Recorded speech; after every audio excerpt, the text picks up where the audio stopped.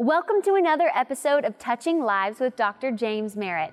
I'm your host, Alex Sasser, and Dr. Merritt is just about ready to begin today's message. We are in a great series on the life of David, and to help you follow along with every message, we have a free downloadable booklet for you. So go to touchinglives.org to download your copy right now. Also, we have a special gift available for those willing to support this ministry with an electronic recurring gift of $50 or more.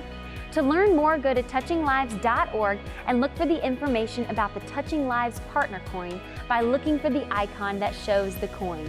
Also, you can always call our help center at 800-413-1131 with any questions, with prayer needs, or to order any materials such as books by Dr. Merritt or CDs and DVDs of his messages. Thank you for joining us today, and now here's today's sermon from Dr. James Merritt. I am glad that I'm here. I'm glad that you're here. I want to show you a picture of one of my favorite places in the world to go. You probably won't recognize it at first, but if you go to Israel with me, and I'm going again next year, I'd love to have you go. You'll know where it is because I love to preach there. Every time I go, I preach there. It is the Valley of Elah. Now, that may not ring a bell with you, but maybe this will. This valley is actually the setting of probably the most famous battle in the Old Testament. And the reason why it's so special is because it wasn't a battle fought between two armies necessarily. It was actually a battle fought between two people. And even those who don't know anything about the Bible know everything about this battle. And if that still doesn't ring a bell with you, all I've got to do is say David and Goliath, and you know exactly what I'm talking about. Now, this is a very important story that we're going to study today. And if you bought a copy of God's Word, I want to invite you to follow along with me in the story. We're in 1 Samuel. That's in the Old Testament. You start at the book of Genesis, turn right, go about 6 or 7 books. You're at 1 Samuel chapter 17. Now, this is a very important story, not just because it's a cool story, and it is, but I know it must be a big, big deal to whoever wrote it because the author gives it a lot of space. It's one of the longest chapters in the Bible. It has 58 verses. He took 912 Hebrew words to tell this story. We're told about the historical location and the military weapons used in the battle. As a matter of fact, there are more detailed descriptions about this battle than any other battle that's fought in the entire Bible. We're even told about the physical dimensions of one of the combatants. We're actually told how tall he was and how big he was. And if you're visiting with us today, if this is your first time, we are actually in a series on that we're calling David, Life Lessons from a King. David was one of, if not maybe the greatest king who ever lived. And he is by far the most honored king in Israel. He's the only king that has his own tomb. You can visit the tomb of David. You probably know that the sign of the state of Israel is called the Star of David. David is a big deal. He was a big deal then. He is a big deal now. When I look at that, I realize there's some great life lessons that we can learn that are indeed worthy of a king. Now, let me just kind of warn you something before we get into this. The story of David and Goliath is kind of like the Christmas story. And what I mean by that is you've heard it before. You already know how it ends. You already know the plot. You already know every person that's in the story, and you already know how the whole thing's going to come out. And if you're not careful, you'll tend to check out on me right now. You say, look, I've heard the story before. I know how it goes. I've read it in the Bible. I've seen it at the movies. I've watched it on TV. I've heard it talked about. I've studied it in Bible school. I know all about the story. And I just want to invite you, don't tune out just yet, because I'm going to make a promise I'm going to do my best to keep. You're going to learn some things, and I had some people say this after the 9 o'clock service. You're going to learn some things I guarantee you've never heard before. There's some things in the story I guarantee you've already overlooked, and it has Hollywood written all over it. Just for those of you that may not have heard it, you've got this huge giant that would make the Incredible Hulk look like a punk. This guy is big. And he's going to fight this battle, but not against another soldier, not even against another man. He's going to fight this battle against a boy. Now, David in the story is about 15 years old. Now, you got to get that in your mind, okay? Doesn't even have his learner's permit. He can't even drive his dad's chariot yet by himself, okay? I mean, he's just 15 years old. He's not even started shaving. And by the way, this is not the picture of David most people have, as you probably know. If you go to Florence, Italy, and some of you have been there, to the Accademia Gallery, you will see what is perhaps the most famous statue in the world. It is Michelangelo's David. Now, if you've ever seen the statue, you know why we're only going to show the top half of the statue, all right? But you've got this statue, and it's 14 feet tall from head to toe. And that's kind of the picture of David that we've got, right? Bulging biceps, built, got the V-shaped torso, got the six-pack, just a man of steel, so to speak. That is not the David that's in this story. He is the youngest child of the son of Jesse, and by the way, he's the smallest in stature. Had you been on the battlefield that day, you would have been like everybody else going, you got to be kidding me. This is what's going to fight that. He is going to fight him. He's 15 years old. He hadn't even started shaving. He's just a kid. From the outside, not very impressive.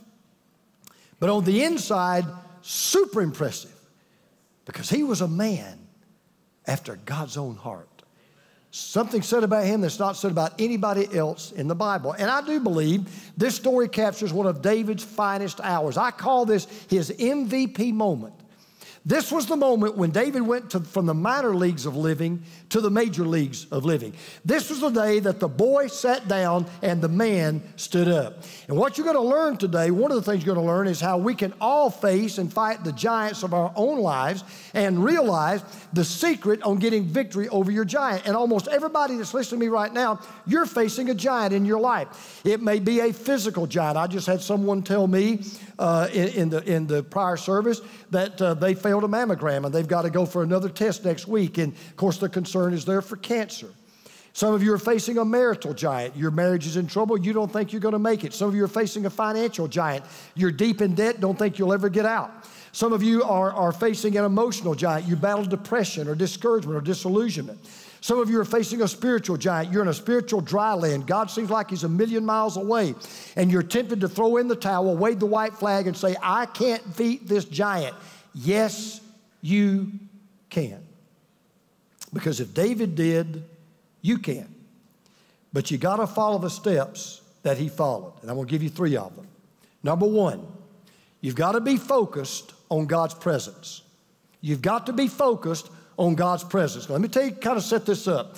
Israel is fighting the Philistines. They are their most hated enemies. You've got the Philistines on one side of this valley. You've got the Israelites on the other side. The Israelites had a giant of a problem, and that problem was a giant. They've been facing this giant and been putting up with this giant for almost 2 months. And the author wants us to know what a big giant he is, how intimidating he is, how strong that he is, because he's going to give us the most detailed description of a soldier and a warrior that's found anywhere in all of the Bible. We pick up in verse 4. A champion named Goliath, who was from Gath, came out of the Philistine camp. His height was 6 cubits and a span. He had a bronze helmet on his head and wore a coat of scale armor of bronze weighing 5,000 shekels.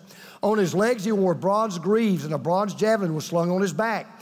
His spear shaft was like a weaver's rod, and its iron point weighed 600 shekels, and his shield bearer went ahead of him. Now what's interesting is he's called a champion. Now, this is the only time that word is ever used in the entire Bible. One time, and it's used about this guy called Goliath. And the word champion literally means a man between 2 armies. Now, any boys and girls in here, any kids in here, you'll find this interesting. He is 9 feet, 9 inches tall. Put that in perspective. He can dunk a basketball standing still. How much money do you think he would make today? All right? He is one big guy. He wears a bronze t-shirt that weighed 175 pounds. He carried a spear, the head of which weighed 25 pounds. I'm going to tell you, listen, I'm going to tell you why you need to come to church every Sunday. I'm going to tell you why you need to be here. Because you're going to learn things that you won't learn if you don't come to church. For example, you won't find this in the Bible. This guy was so big that in the 1st grade, he was the starting left tackle for his college football team. Now, you won't find that in the Bible, okay? This guy was big. And he had challenged Israel to a one-on-one, winner-take-all, mano-a-mano, me and you match. This had been going on for almost 6 weeks, Nobody volunteered. As a matter of fact, things were so desperate. King Saul had even tried to bribe somebody to go out and fight this guy. Here's what we read. Now, the Israelites had been saying, do you see how this man keeps coming out? He comes out to defy Israel. The king will give great wealth to the man who kills him. He will also give him his daughter in marriage. He will exempt his family from taxes in Israel. The king said, if you'll go out, if somebody will just take the shot, take the chance, go out and fight this guy, if you win, instant fortune, instant fame, you'll be a part of the royal family. You'll be living on Easy Street the rest of your life. You'll never pay any more taxes. Nobody was taking it. Nobody was interested. Everybody had a headache. I mean, it was amazing. He couldn't find anybody to fight. Reminds me of a story I read the other day about a little boy, and he was playing out in the garage, and his dad was talking to his uncle about a recent argument he'd gotten into with his mother, his wife. And he said, Uncle John, he said, you know, we got in an argument the other day. He said, I'm going to tell you something. I'll let my wife know exactly where I stood. I told her how things are going to be around this house. I told her that I was the boss. He said, the next thing I know, she was crawling toward me on her hands and knees. The little boy piped up and he said, Daddy, is that when Mommy told you to get out from under the bed and fight like a man? Now, the soldiers were under the bed. Nobody was coming out. Nobody was interested. I don't care how much money you want to give me. I don't care how beautiful your daughter is. I'd rather pay taxes. I'm not going to fight this giant. Nobody. The king wouldn't fight. The generals wouldn't fight. The commanders wouldn't fight. The buck privates wouldn't fight. The soldiers wouldn't fight. Nobody would fight because they were all focused on the giant. Then David shows up. And the reason David showed up was because his dad had sent David from Bethlehem to the battle lines to take food to his brothers and to bring back news about how the war was going, how the battle was being fought. Well, it doesn't take long for David to kind of size up the situation. And now we're about to hear the first words we ever hear David say that's recorded in Scripture, verse 26. David asked the men standing near him. Now, he didn't know about what the king had offered. What will be done for the man who kills this Philistine and removes this disgrace from Israel? Now, listen to this next statement. Who is this uncircumcised Philistine? What an insult. Who is this uncircumcised Philistine that he should defy the armies of the living, and don't miss this last word, God? Who is this guy that would dare defy the armies of the living God? Now, let me tell you why that last word's so important. If you go back to verse 1 and read right down to verse 26, this is the first time God's ever mentioned. First time God's name is ever even uttered. You know why? Because everybody else is focused on the giant. Nobody's thinking about God's. God's not even in the picture. Because what's the army been saying for 6 weeks? Now, the Israelites had been saying, do you see how this man keeps coming out? In other words, every time Goliath stepped out and said, okay, who's going to fight me today? Everybody was saying, look how much bigger he is than we are. And a 15-year-old boy said, look how much smaller he is than God. Amen. Everybody else was focused on the giant. David was focused on God. And I want you to hear this. When you face a problem that you think you can't solve, when you're looking at an obstacle you don't think you can get over, when you're looking at a giant you don't think you can defeat, don't ever forget what I'm about to share with you. Listen to this. Fear will focus on the giant. Faith will focus on God. Fear will focus on the giant. Faith will focus on God. Because if you read the entire story, here's what you're going to learn. I did this, by the way, a while ago. When I got to church, I went back up my Bible. I was out in the green room. I read the whole chapter again with a pen in my hand. I circled every time David mentioned the giant. You know how many times he talks about the giant? Twice. Once he talks about the giant. Who is this uncircumcised Philistine? One, he talks to the giant. He calls him an uncircumcised Philistine 2 times. You know how many times he mentions God? 10. For every one time he mentioned the giant, he mentioned God 5 times. You know what we do? We reverse the ratio. David talked about God 5 times more than he talked about the giant, but we reverse it. God wasn't even on the soldier's radar screen. God filled David's radar screen. So if you want to be someone after God's own heart, then here's one way to do it. The next time you face that difficulty, the next time you face that problem, the next time you face that obstacle, the next time you face that issue, you think, I can't do anything about it. Don't focus on the giant, focus on God. God is always with you. He focused on God's presence. Here's the second thing. Be fearless in God's power. Be focused on God's presence. Be fearless in God's power. Now, here's the good news, okay? Somebody has finally showed up that said, I'll take this guy on. I'm not afraid of him. Yeah, I'll fight him. That's the good news.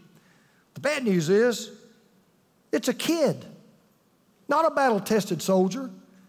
It's a shepherd boy. It's an inexperienced shepherd boy. Here's a 15-year-old kid. He had never held a sword. He had never put on a helmet. He had never worn armor. He had never even seen a battlefield, much less been on one. So that raises a question. Okay, help me here. Why was David ready to run to the fight when everybody else wanted to run from the fight? Why? Well, listen to what we read in verse 33. Saul replied, you're not able to go out against this Philistine, fight against him. You are only a young man, and he has been a warrior from his youth. But David said to Saul, your servant has been keeping his father's sheep. When a lion or a bear came and carried off a sheep from the flock, I went after it. Now, that's pretty gutsy. I would have done it, right? Struck it and rescued the sheep from its mouth. When it turned on me, I seized it by its hair, struck it, and killed it. Your servant has killed both the lion and the bear. This uncircumcised Philistine will be like one of them because he has defied the armies of the living God. The Lord who rescued me from the paw of the lion and the paw of the bear will rescue me from the hand of this Philistine, Saul said to David. I love what Saul says, go, and the Lord be with you. What a king. Sick him, David. Go get him, David. We're going to fight him to the last drop of your blood. Go. It's incredible that it takes a shepherd boy to remind a king and an army of just how powerful God really is. You know, I thought about this. Why do we fear our giants so much? Why do we worry so much? Why do we quit so easily? Why do we run so quickly? Because we forget what we ought to remember, and we remember what we ought to forget. We magnify the giant that is before us, and we minimize the God that is within us. We do it all the time. I'm a worrywart. I'll admit that's my Achilles heel. I'm a worrier. And every time I worry, I realize what I'm doing. I'm maximizing the giant. I'm minimizing God. You know, I'll tell you something kind of interesting. I don't know if you thought about this or not. There's so many ways we're different from animals. You know, we've got people today trying to convince us through evolution and all that. Well, we're just a higher form of animal. There's a Greek word for that, stupid. Now, I'm not going to argue science with you. I'm just telling you, we're not just a higher form of an animal. We're created in the image of God. And God has given us three kinds of sight. He's given us, and that animals don't have. We have hindsight, we have insight, we have foresight. We have the ability to look back, we have the ability to look in, and we have the ability to look ahead. Now listen to this. The right hindsight will give you the proper insight to have the correct foresight.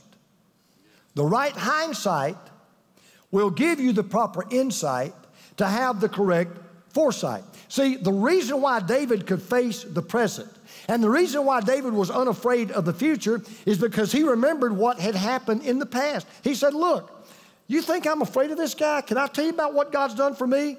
I've killed lions and bears with a stick in my bare hands. You think I'm worried about him? If God can take care of a lion and a bear with just the bare hands and a stick of a 15-year-old boy, I think God can take care of the giant, because David realized something. He realized he was able to kill that lion and that bear, not because of his strength, but because of God's power. He said, hey, I know where the power comes from. See, here's the point. If you remember what God has done for you yesterday, You will believe what he can do for you today, and you will be confident in what he will do for you tomorrow. But you got to remember what he did yesterday. Let me give you an illustration. Do you know why you're here right now? Because God took care of you yesterday. God didn't take care of you yesterday, we'd have an empty building. So if God took care of you yesterday, can he handle today? Absolutely. And if God can handle today, don't you think God can handle tomorrow? See, David remembered what everybody else had forgotten. David believed in what everybody else doubted, and that's why he stepped up when everybody else stepped back. I wrote this down when I was reading this thought, hit me just like a ton of bricks. When you see the God that others don't, you'll do for God what others won't. When you see the God that others don't, you will do for God what others don't. And what David finally realized, and they didn't realize, but what David had to make them see was, guys, you got a problem. You think that giant is your problem. That's not your problem. Because at the end of the day, there's only one giant we all really face. You know what that giant is? Fear. That's what paralyzes. That's what stops us in our tracks. That's what gets us to quit praying or quit going to church or quit reading our Bible or just give up on God. Fear. Yeah, that trial, that trouble, that temptation, that tribulation you're facing, it may look like a giant, it may sound like a giant, it may feel like a giant, but there's only one giant that we face, and that is fear. And here's what happens. Fear will say, look how much bigger that giant is than I am. Faith will say, look how much smaller that giant is than God. That's the difference. You're fearless in God's power. So now we're about to come to the fight now, right? The scene is set. Fight's about to start. Many of you may remember back many, many years ago when Muhammad Ali fought George Foreman in Zaire, they called it the Rumble in the Jungle. Some of you remember that. Well, this is the rally in the valley, okay? You've got Goliath on one side. You've got David on the other side. And listen, can you just see this scene right now? I guarantee you the spirit of Las Vegas was alive and well. Everybody's placing their bets on this fight. And who do you think is betting on David? Well, the Philistines aren't betting on David. Goliath is not betting on David. His own king is not betting on David. His own brothers are not betting on David. The soldiers are not betting on David. And you know what? Even David is not betting on David. David is betting on God. David is putting all of his marbles on the color called God. David is not just betting money. He is betting his life on God. And you know why David was so confident? You know why David didn't mind making that bet? I'm going to tell you why. When you bet on God, you always win. Now, you bet on yourself, you may lose. You bet on me, you may lose. You bet on your circumstances, you may lose. You bet on the stock market, you may lose. You bet on the next president, you may lose. You bet on who controls the Congress, you may lose. But when you bet on God, you never lose. You always win.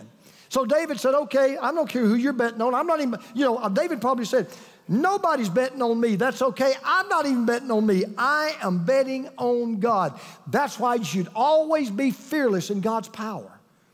Because what you're going to see in the story, we've heard it 1,000 times. If God is for you, it doesn't matter who is against you. So you be fearful. You be fearless in God's power.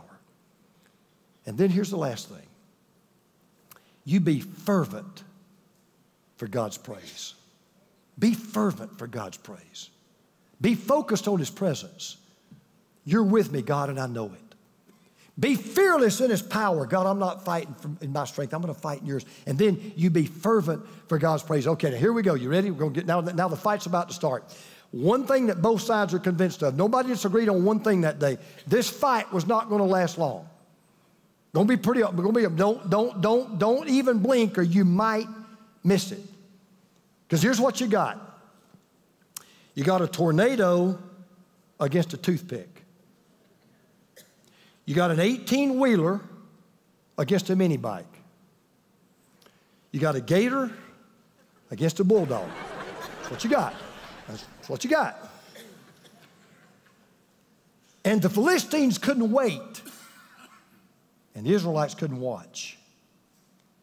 Had it been taking place today, all the Philistines would have their cell phone out. Don't miss this. All the Israelites would have a blindfold over. I can't watch this. I can't stand the sight of blood, especially David's. And everybody was wondering, so I wonder, what's the last words of this little runt going to be? What's the last thing he's going to say? Well, they weren't his last, but they were some of his best. Verse 45. David said to the Philistine, you come against me with sword and spear and javelin, but I come against you in the name of the Lord Almighty, the God of the armies of Israel, whom you have defied. This day the Lord will deliver you into my hands, and I'll strike you down and cut off your head.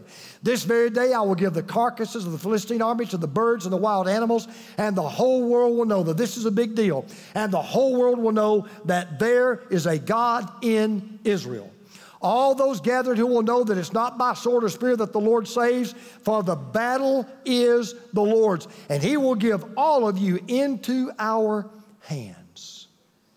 David wants everybody to know. He calls attention. He says, I want you Philistines to listen. I want you Israelites to listen. I want Goliath to you to listen. I want my brothers to listen. King Saul, I want you to listen. This is not about me. It's not even about him. This is about God. And I want you to understand something else. I'm not fighting that giant for fame. I don't want any fame. I'm not fighting that giant for fortune. I've never had any money, don't want it now.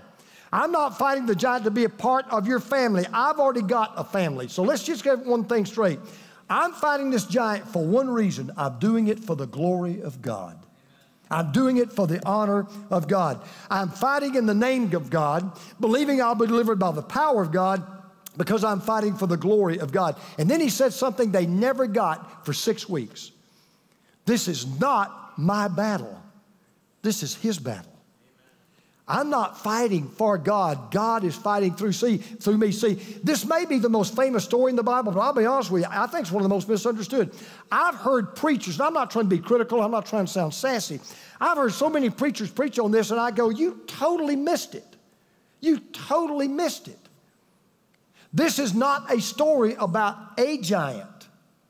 It is a story about the giant. This is not a story about a boy who killed a giant for God. This is a story about a God that killed a giant for a boy. The battle was the Lord's. See, this is not a story about the giants that we face. It is a story about the God who fights the giants that we face. See, we get this idea, boy, I tell you, life is tough. Life is a battle. Life is a war. You're right, I agree. Life is tough. Life is a battle. Life is a war. But I want you to, if you don't hear anything else I say, you hear this. The battle is not yours. The battle is his. The war's not yours. The war is his. I mean, you think about Goliath. Get this picture in your mind. Here's a giant. 9 feet, 9 inches tall. He's wearing a bulletproof vest, Kevlar helmet, steel nose boots. His sword is taller than David. His shield weighs more than David. Here's a 15-year-old kid. He's got 5 rocks and a slingshot. Now, let's just be honest. Let's don't be super spiritual here. Who would you have bet on? Don't give me that holy look like you'd have bet on David. No, you wouldn't have. You wouldn't have bet on David. I wouldn't have either. I'd have said, man, I'd have told Teresa, empty the bank account and go put it on Goliath. We're not going to Disney World. We're about to buy Disney World. That's why Hollywood makes the movie. Because here's what happens, verse 48. I love this part. Every time, I don't care how many times you read it, this just fires me up. As the Philistine moved closer to attack him, for the first time, every time for 6 weeks, when the Philistine took 1 step forward, the Israelite army took 6 miles back. But for the first time, the Philistine takes 1 step forward. David ran quickly toward the battle line to meet him. Couldn't wait to get it on. Reaching into his bag and taking out a stone, he slung it and struck the Philistine on the forehead. The stone sank into his forehead, and he fell face down on the ground. Remember David's last words? For the battle is the Lord's, and he will give all of you into our hands. David was not fighting the giant for God. God was fighting the giant for David. David was not fighting God's battle. God was fighting David's battle. Now, let me let you in on a little secret if you hadn't already figured this out. The fight was fixed. Goliath never had a chance because Goliath wasn't fighting David. Goliath was fighting God. And David did not kill Goliath for God. God killed Goliath through David. David got the victory, but God got the glory. God got the praise. God got the honor. And that's all David cared about. And that's why he was a man after God's own heart. Because David said, I don't care about me. I don't care about money. I don't care about fame. I don't care about fortune. I don't care about reputation. I don't care about anything else. All I care about is that you get the glory. Now, because don't miss this. You read the rest of the story of David. Read it all the way till he died. David never, ever bragged about killing Goliath. David never autographed his book and signed it, David, GGK, Great Giant Killer. Never even talked about it. You know why David fought that giant? Here's why. That the whole world will know there is a God in Israel. If you are a follower of Jesus, I want you to listen to what I'm about to tell you. Your number one purpose and your number one goal in life ought to be to live in such a way that people will look at you and say, there is a God in Israel. You ought to be willing to stand up for what's right and stand against what's wrong, no matter what it may cost you, so people will know there is a God in Israel. You need to be willing to share the gospel and tell people how they can come to know the God that's in Israel and let them know there is a God in Israel. Because let me tell you something, ladies and gentlemen, we're living in a nation that is rapidly forgetting there is a God in Israel. And we need to be above everything else a people who says, bring it on, bring on your criticism, bring on your judgment, bring on your caricatures of us, bring on everything you want. That's okay, because at the end of the day, we're going to live in such a way, walk in such a way, talk in such a way, and act in such a way that whether you like it or whether you don't, you're going to know there is a God in Israel. There's a God on the throne of this universe. The government's not in control. The president's not in control. Kim Jong-il's not in control. The economy's not in control. There's a God that's in control. And that's what David was trying to get us to understand. That's why he was so focused on God's presence and so fearless in God's power and so fervent for God's praise. Now, I've said all of that, and maybe you say, well, yeah, I haven't heard anything you haven't heard before. So let me just kind of wind up with this. The story is much deeper than what I've already told you. And I've heard so many pastors preach this message, and they just stop there, and I go, wait a minute, whoa, whoa, whoa. You've not even gotten to the real main part of the story, what the story's all about. Because most of you, if I'd have said to you, so what do you think the story of David and Goliath's about? Tell me what you think it's about. Here's what you would have said. It's about a little shepherd that beat a big giant. It's about a kid that took a rock and got lucky and threw it and hit him in the head and killed him. That's kind of what it's about. No, it's not. The story is not about David, primarily. The story's not about Goliath, primarily. It's not even about you or me, primarily. This is a story about God. And David wants us to know something. David, it's almost like he's speaking to us right now, 3,000 years later. And I think if I could call King David up here, and I think if I said, David, you only got a couple of minutes because we got to get out of here and everybody's wanting to go to eat, so, don't kind of get quick. And so, David, is there anything you'd like to say to our church? Can I tell you what I believe, honestly, King David would say? David would say, yeah, if you don't mind, here's what I'd like to say to the people of the 21st century in 2018. There is still a God in Israel. There's still a God that saves. There's still a God that rescues. There's still a God that delivers. There's still a God that fights giants. There's still a God that will fight your battles. There's still a God that will win your victory. Because this story is not primarily a story about a shepherd. It's a story about a Savior. It's a story about Jesus. And I want to explain, and we're going to wrap this up. Where was David born and where did David live? Somebody tell me, where? Bethlehem, right? Where was Jesus born? Bethlehem. David was a shepherd. Jesus called himself the Good Shepherd. The giant taunted Israel 40 days. Jesus was tempted by the devil 40 days. Why the parallels? Because 3,000 years ago, the only one who could face that giant was David, the ancestor of Jesus. And 1,000 years later, the only one that could face a giant called Satan was Jesus, the son of David.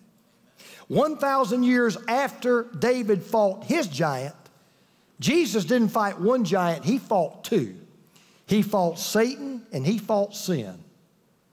And both of those thought, you can't whip us, not by yourself. This is not a fair fight.